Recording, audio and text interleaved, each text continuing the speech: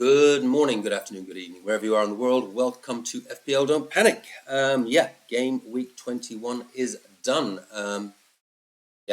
From my perspective, a really, really good week. But as is always with FPL, it's a story of what might have been as well. So I'm going to tell you a story.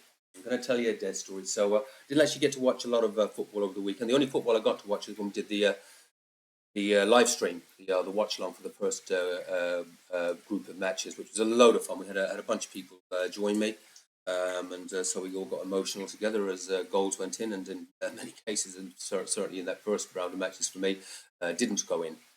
However, it's all worked out beautifully in the end. But I will actually do another live watch along, I think, this weekend, and I'll get the link up and everything on the YouTube channel. So yeah, you do feel free to keep an eye open for that because it was a lot of fun.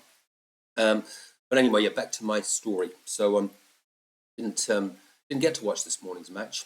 I was playing tennis as I do every Friday morning, as it is here in New Zealand. So I got up. Kickoff was at 9 o'clock. My tennis started at 9:15. Followed just the game on Sky Sports as best I could, and then I was out on the court checking the scores between every sort of game as best I could.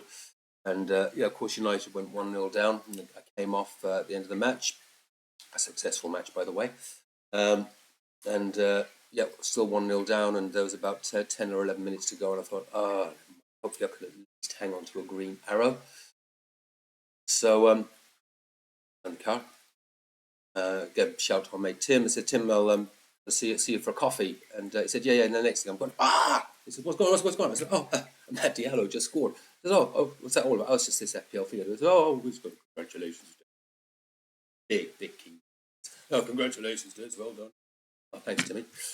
No idea how important this stuff is, of course. I'm driving along. I thought, that's great. Okay, United have salvaged a draw out of this disaster that was happening, and I've got some points. And I get to a traffic light, so I give him the next check. 2-1. Timmy's just pulled up beside me. Like, Tim, he's got another one. He's got another one. He has no idea why I'm getting so excited.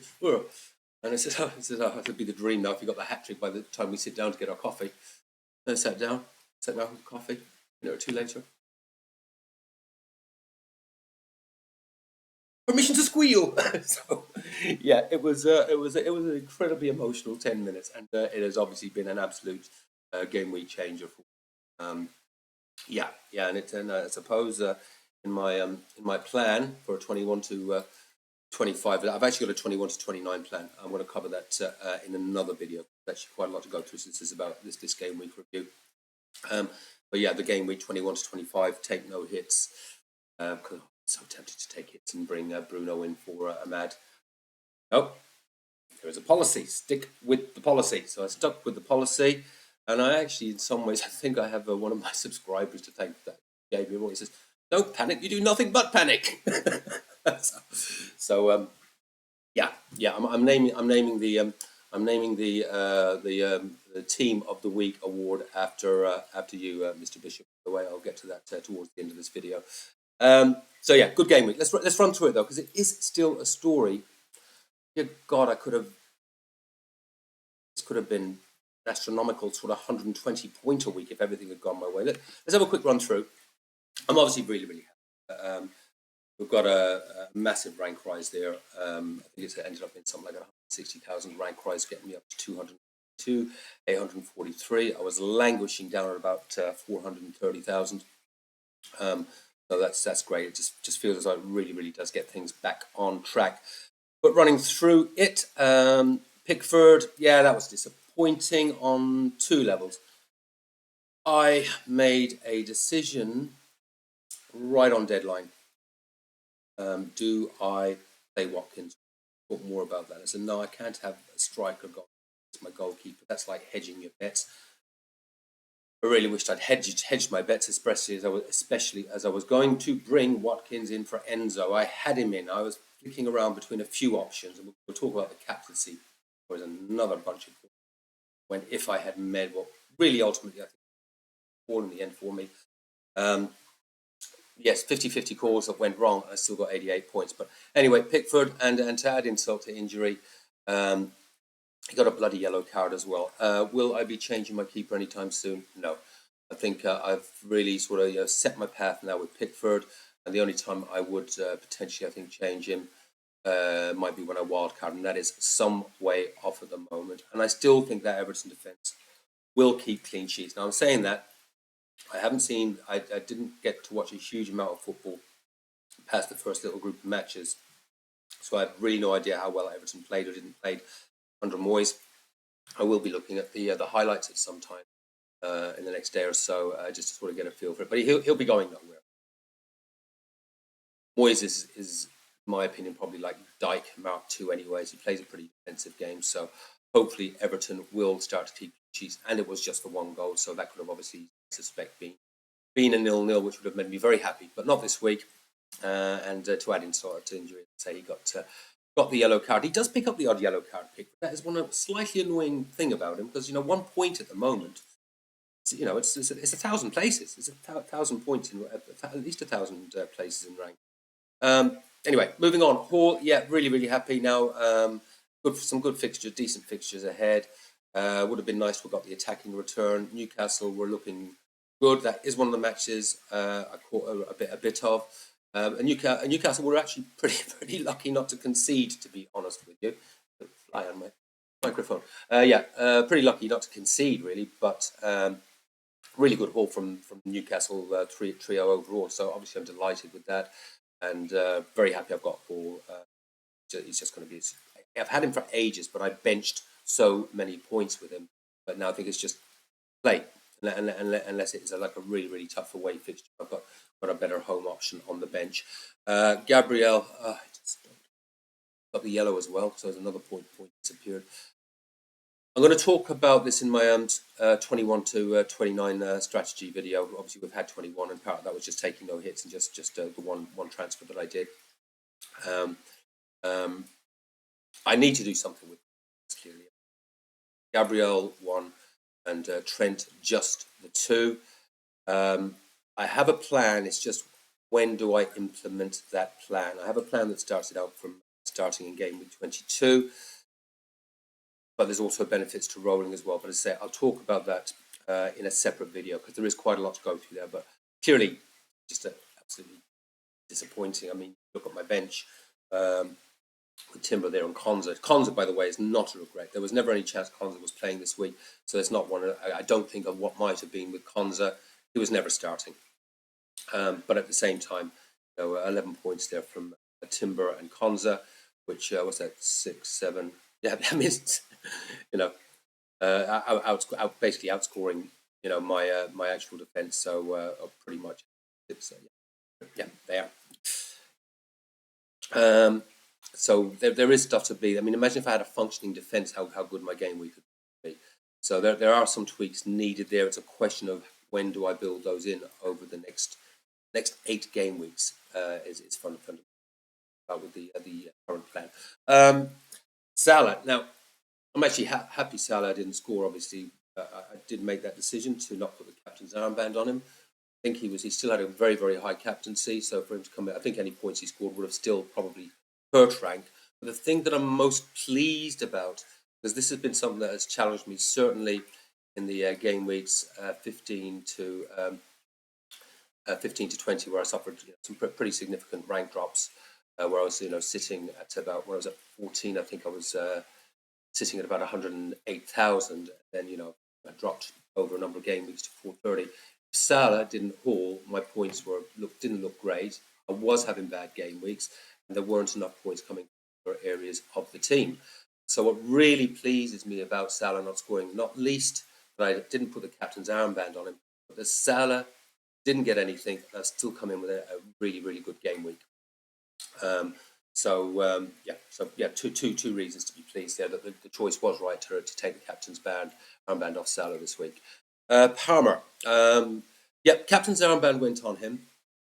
Now, I did a video where I was 99% on Isaac.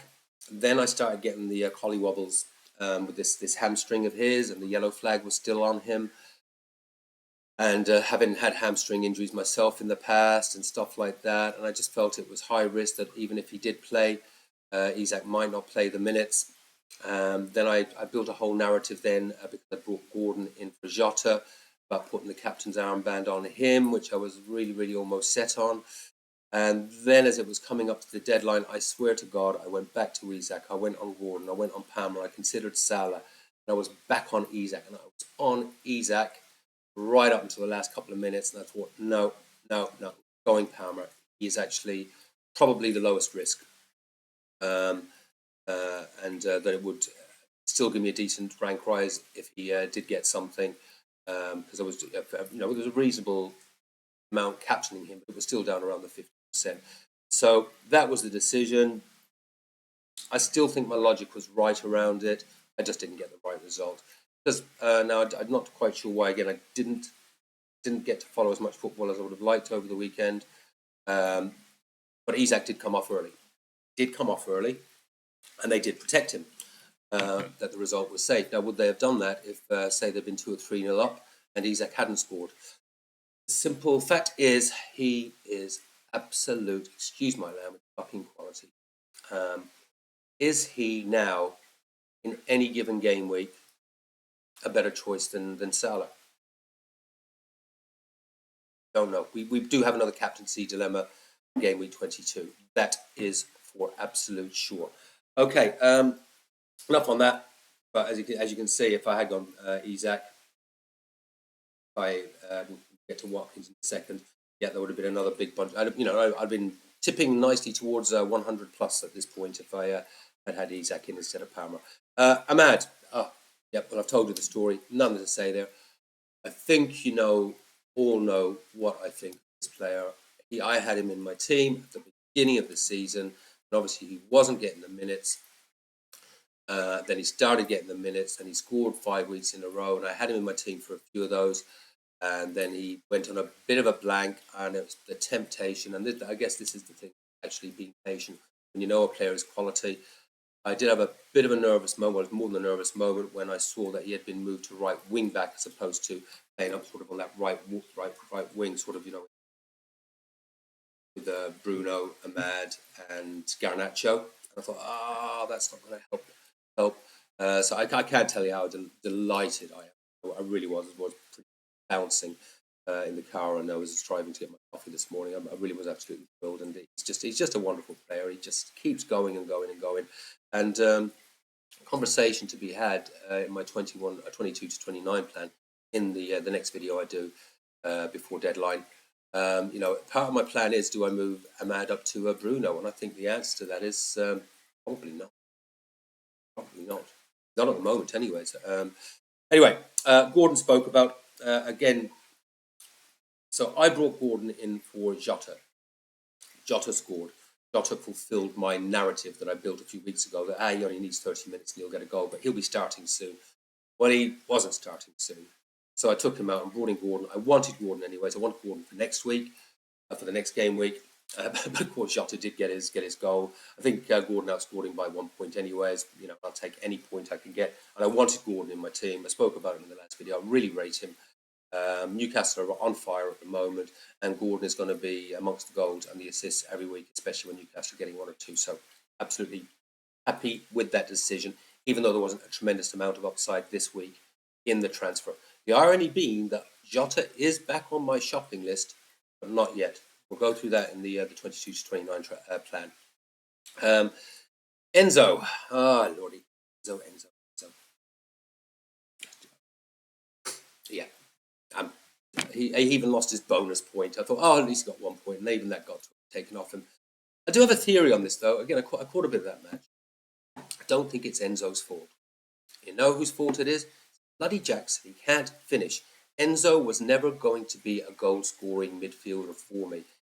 5 million, 4.9 as I got him out. He's back down to 4.9 now, I think, because he's obviously on this 6 blanks in a row. He was always going to be at 4.9. Nice rotation with Ahmad that I was really reasonably confident of getting an assist or 2 every couple of game weeks. He's actually providing those bullets.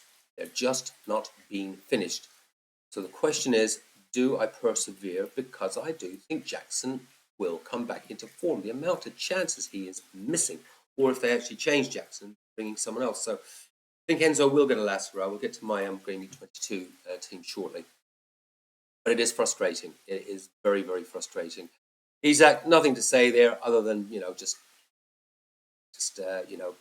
should I have kept the captain's armband on him? Probably. But as I looked around the various YouTube channels and other commentators and stuff like that, you know what? A huge amount didn't move off of him because of the worry. My narrative was a narrative that a lot of other managers were thinking as well. He is injury prone. He's feeling a hamstring a week or so ago. Would he go just a short amount of time and come off?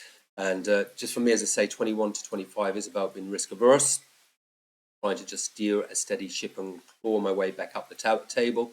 And we've seen the results of it this week, where I didn't go taking any crazy risks. If I had taken a risk or two, it would have been a bigger upside in a few areas. But yeah, and I'm just very, very happy. I'm happy that I've got him in my team. But not as happy in some ways as that from the decision to bring in Wood a couple of weeks ago. I thought I had missed the boat on Wood.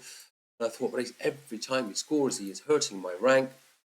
And do I play him? And I mean, he was nearly a benching, to be honest with you. I was sort of thinking, do I go with a four-man defence?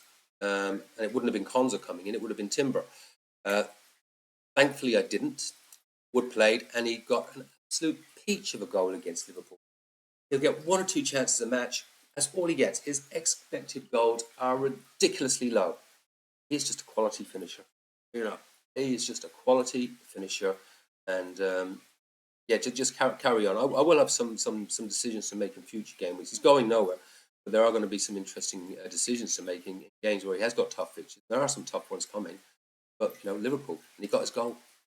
Absolutely delighted. So, yeah, onto the bench. There is a whole load of points there. I don't want to talk about it. Watkins nearly came in. It was literally a last-minute click, and put Enzo back in and put Watkins back on the bench. It feels like a silly decision now, considering I did spin my narrative on that when I was thinking about Watkins, and I did actually say I think he will start, at least for this game, ahead of Duran. But Everton could have easily held him out.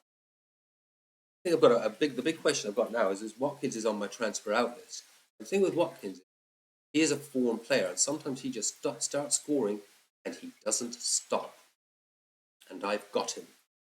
So it is something to think about because, again, go through potential 22 to 29 transfer plans, bringing players out in and out, ensuring that I've got the right players in for the double game week, ensuring that I have a fully functioning good team at 29, which is going to be a big blank. We've also got to think now, also because it has just been, I've only just caught up with something, but there may be another double game week in 25. Now, I was adamant that I was not going to play the assistant manager's chip until the end of the season.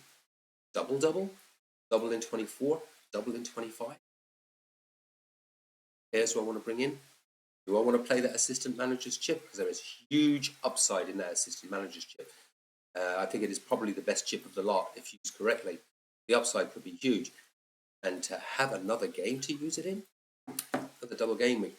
If that double is announced, I will probably change my mind, and I will obviously do a video on that if there is another double announced for 25, because it's going to be fairly critical. I think a double. I think you got to go for it. I really do. We'll see if the double is announced for 25. I think Fulham and someone else will be involved, and Fulham are good for up draws and the odd sort of win. But we'll talk about that another time. Anyway, that's it. Listen, I'm delighted. It's up to 252,843 from something like 430,000. Let's hope we can keep that going. Quick look at 22. Okay, so it's pretty much a case of as you were. So I'm not going to run through this and bore you too much. Just really quickly. It actually looks good. It looks really good. And the sensible decision could well be to roll. But there is one player I would really like to bring in for 22, and it enables me to do something that I really want to do for 23. Talk about that in the next video. But if I did do nothing, because there is a lot of benefit to just rolling, I like this team, and all I have there, as I say, is Pickford, Spurs at home, could go either way. Could it's a sort of game where Everton could keep that clean sheet. Could be tempted to put Fabianski, Palace at home, Hall, Bournemouth home, Gabriel, Aston Villa home. Is there the same narrative there? Do I bring in Watkins for Enzo and hedge my bets that Watkins might get the goal? Because if again, I think he must probably start, given that he got the winner at Everton. And Arsenal, once again, as they've done this week, will have like expected goals of below 1. Somehow they manage to concede bloody goal every week. Trent, Brentford away. Okay, Brentford away. I can't not play Trent for that. He is doing woefully for me, but you always feel that 10 or 15 pointer is coming, and I will be kicking it. This is a time, I think, to be patient, just for now. Now, Trent will be on his way out at some point for what I need to do towards 29. But with the double coming, I bought him, I've made my bed, I've got to lie in it, and I've got to hope that we just see one of those Trent balls sometime in the next 2, 3, 4, maybe somewhere in that double. Two halls in the double would be lovely. Thank you very much. I would be very, very appreciative. Salah, Brentford away. Brentford will be do their usual attacking thing at home. There will be goals in that match, I believe, probably for both teams. And Salah will get 2, 3, 4, 5 chances. Do I captain him? I don't know at the moment. I think I might, if he has the majority of the captaincy, because this will be a little bit about protecting rank and then hoping that some of my other differentials, as they've done this week, come in and I end up with that sort of nice 70 points plus again to get just a nice steady creep up that ladder. Obviously, I had a big rank rise this week, but I'm just happy if I'm just rising 20, 30, 40. I just want to see some green. I think I probably will put it on Salah, but I will wait to see some of the surveys and things just to try and get a feel for what the percentages of captaincies are. Because the damage that Salah can do if you get it wrong, if he's like 60, 70% captain, we've all seen it. If we don't rise up the rank, all you're doing is protecting your rank and hope it's come in. Parma Wolves at home, yeah, great fixture. I would expect at least one return. Parma there. There is, I've got the captain's armband on him at the moment. That's just a roll hold on the last game week. We'll see. Ahmad, yeah, fantastic. He's there, brilliant. I honestly, yeah, for the way that's going at the moment, prefer to have him than Bruno. Gordon, Bournemouth home, yeah, another great fixture. Bournemouth will cough up chances. Gordon will get chances. Gordon will return. He will get me a return. Enzo, Wolves at home. That is the big question. How long do I persevere? Could Enzo, because Ahmad had been blanking for a wee while, and I've had a couple of great returns out of him in the last couple of game weeks. Is it Enzo's turn to go large for me after 4, 5, 6 blanks in a row? I think I'm going to play him, to be honest with you, and it'll be his last hurrah because I do have a plan around that, which we'll get to in the next video. I keep saying that. He's at Bournemouth at home. Absolutely a captaincy option. The flag has been removed. I could well go there. He just looks like he is going to get a couple of goals every match. And it is, and he is very highly owned as well. I'm not sure what his effective ownership is. It's going to come down to sort of that effective ownership, I think. Who's going to hurt me the most? Who will give me the right rank rise? And do we bet against Salah? It makes the game really interesting, doesn't it? Because it was getting a little bit boring. Yeah, just always captain Salah. And this just does create, with these fixtures and the form of players like Salah and Isak, and to a degree Palmer, it creates a really interesting dynamic in the game now. And Wood, needless to say, Southampton at home, yeah, he'll be going there. I don't expect it. Wood's not a hauler. Wood doesn't haul. But I suppose if he's going to haul in any game, this would be it. I think that's going to be the team with one potential tweak, and it is just a potential tweak at the moment, which, saying it, I'll talk about in the next video. And it's a fairly important video, the next one. I think there should be a lot in there that you might find actually quite useful, because you're going to be negotiating the same minefield between now and game week 30. There is so much going on, and I've sort of mapped out my plan. My plan doesn't have to be your plan, And I'm sure most of you have got a plan, but maybe you might get something new. So that one may be out later today. I've just got to do a whole bunch of stuff in the spreadsheet because it's I'm a little bit complicated trying to create this map. So I want to make sure I make it reasonably clear so you guys can follow it when I go through it in the video. But yeah, that's it. That's it. And I say the question I guess is, do I go Enzo or what? I think I'm going to go Enzo. So that's it. Yeah, that's the team for now. Now we started our mini league. I have the trophy. I don't know how up to date this because this site does take time to update certain things. It wasn't 100% up to date when I looked, but let's have a look here. It's got most of the points right, but it hasn't got the positions right yet because there's points to be added. It's showing the points there. No, that's different for me. I also know that is different. Well, now that's a team because they're on. He's got 20 points more to go on to that total. I've got 20 more going on that total. I'm just going to refresh just to see if it's done. But in general, you can see. Nope, not done yet. But anyway, FC Coast is up there in number one with his 78 points. He was very, very lucky, FC Coast. He just made some really, really jammy decisions. I don't know how he gets away with it week on week. Yeah, Chris is one of my best mates, by the way. It's his fault I actually play this game.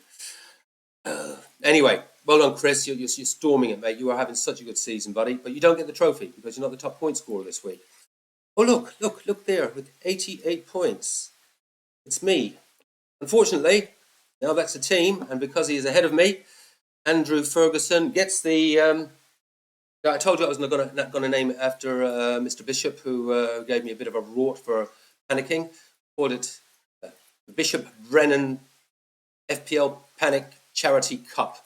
So the trophy this week goes to, now that's a team with Andrew Ferguson. Now let's have a little look. Andrew's team. Just a note there, that says 1, 3, 4, 5. I think we should find his actual points are about 20 points more than that. Yeah, 1, 3, 6, 5, just there. 1, 3, 6, 5. Well done, Andrew. Absolutely superb, cracking week, mate. And you're 180,000 overall rank. That is absolutely superb. I estimate that you're only. Just give you some quick numbers. I'll just do this. If I turn away from the mic, I think it fades because I've got it sort of working in this range, so you don't hear the turtle flap cranking around. Just a quick note. I reckon you're only about 20, 25 points outside the top 100k, mate. One more good game week, you could be right in there. Let's have a look at what you've done, though. But that's a superb result, buddy. Ray and goal, nothing from that. In fact, your defence. Munoz, yeah, he's a good choice. He'd be on my shopping list, I have to say, except that until we find out if Palace are going to be one of the blankers in 29. So it's just something to keep an eye out for all of us. And as I say, keep saying it. I'll run through all of that in the next video. But yeah, Munoz is good. Palace are looking better.